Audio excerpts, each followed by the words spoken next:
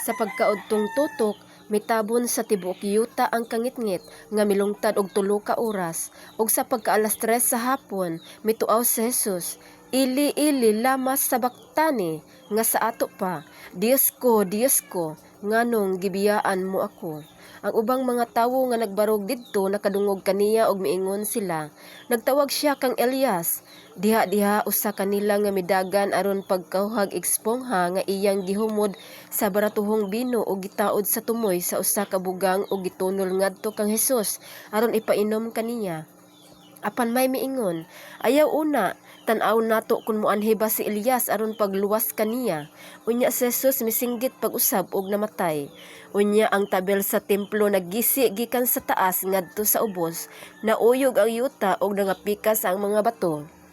Ang mga lubnganan nangaabli og nagdaghan sa nangamatay na nga katawhan sa Dios ang nangabanhaw og nanggula sa ilang lubnganan. Miadto sila sa balaang syudad human mabanhaw si Jesus og didto nakit-an sila sa daghang mga tawo.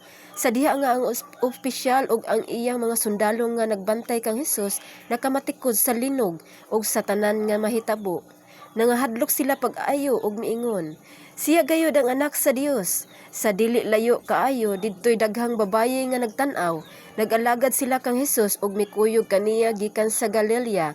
Uban kanila mao si Maria Magdalena og si Maria nga inahan ni Santiago og si Jose ug ang asawa ni Zebedeo.